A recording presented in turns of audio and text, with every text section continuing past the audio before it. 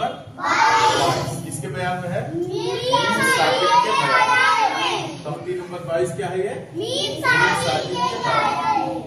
Meme साकिन के बाद, ठीक है। अब मीम साकिन है ये देख रहे हैं ना, ये मीम के ऊपर क्या है? और जज़म वाले हरफ को क्या कहते हैं? साकिन। तो मीम साकिन के बाद कौन हरफ आ रहा है? फा आ रहा है। ये कौन हरफ है जी अफरान? ये कौन हरफ बेटा? फा।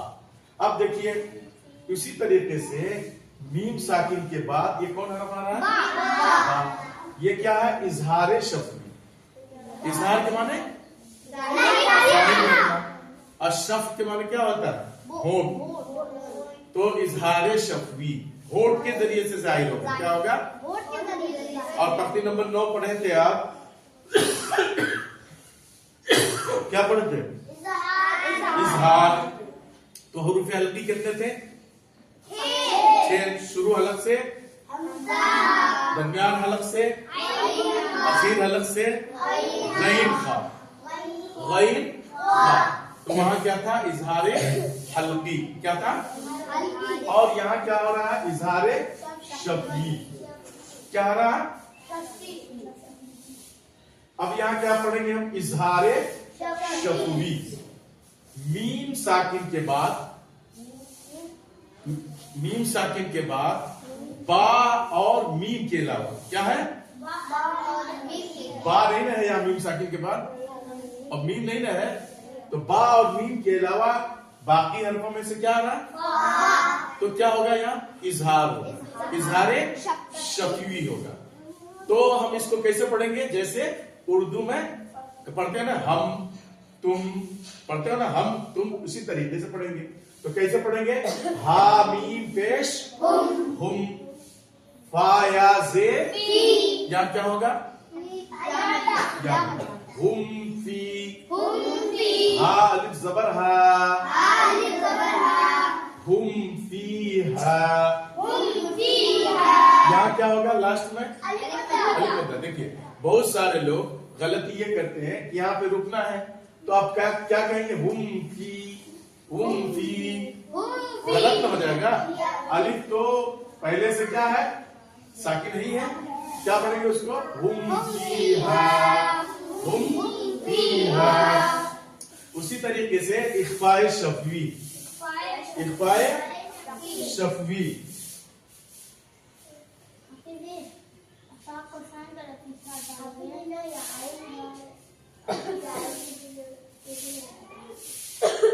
अब देखिए इख्फाए शफ्वी, मीम साकिन के बाद बा आए तो, मीम साकिन के बाद बा आए तो क्या होगा?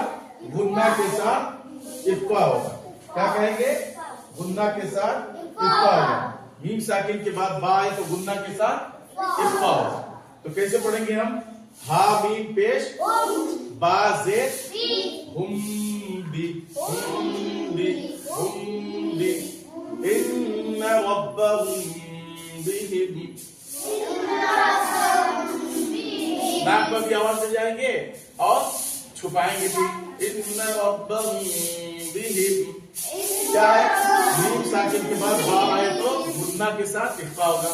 गुन्ना भी होगा और इख्फा भी होगा। गुन्ना कहते हैं नाक में आवाज के रोकने, इख्फा कहते हैं नाक में आवाज के छुपाने को। तो दोनों तरीके उस तरीके। अब देखिए यहाँ क्या है? इदगाम शफ्वी। इदगाम के माने क्या होता है? मिलाना। इजहार के माने जाहिर करना, और इख्फा के माने छुपाना, और इदगाम के माने मिलाना। इदगाम के माने मिलाना। एक हरफ को दूसरे हरफ से क्या है? मिलाना। तो अब देखिए इदगाम शफ्वी। यहाँ देखिए ये मीम क्या है? मीम के ऊपर क्या है? जज़म। मीम के ऊपर जज़म है। जज़म वाले हरफ को क्या कहते हैं? तो आप देखिए मीम साकिन के बाद, मीम साकिन के बाद मीम आए तो मीम को मीम से मिलाकर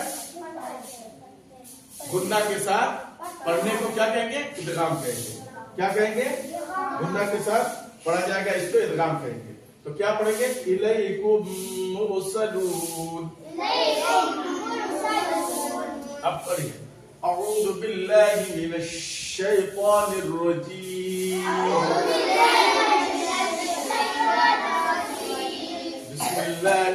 الرحمن الرحیم. تختی نمبر 22.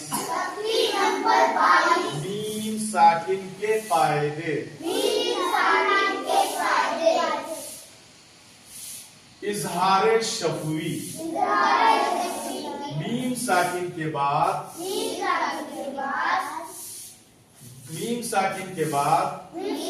با اور میم کے علاوہ باقی حرفوں میں سے کوئی حرف آ جائے تو کیا ہوگا؟ اظہار شفوی ہوگا.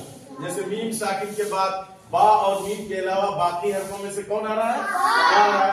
تو یہاں کیا کریں گے؟ میم کو ظاہر کر کے پڑھیں گے. ہم فیہا.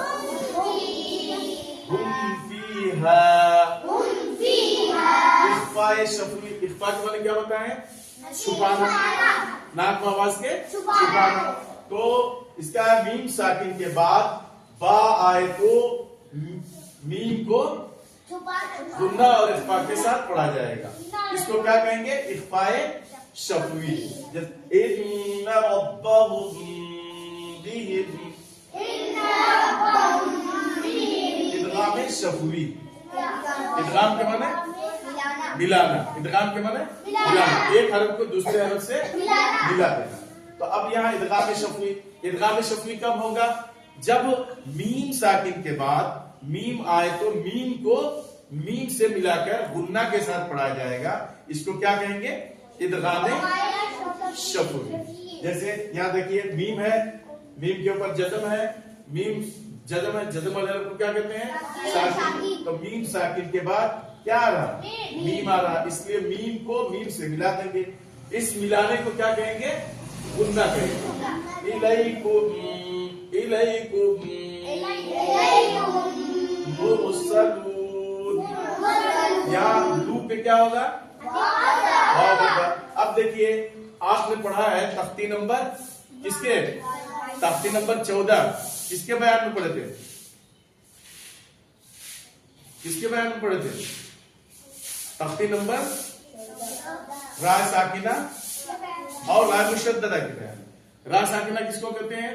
جزم والی را کو. اور تشدید والی را کو را مشددہ کہتے ہیں. تو اب دیکھیے یہاں را کے اوپر کیا ہے؟ جزم ہے. تو را ساکنہ سے پہلے میم کے اوپر کیا ہے؟ اس لیے را ساکنہ کو پور پڑے گی. ٹھیک ہے. الیکم مرسلون.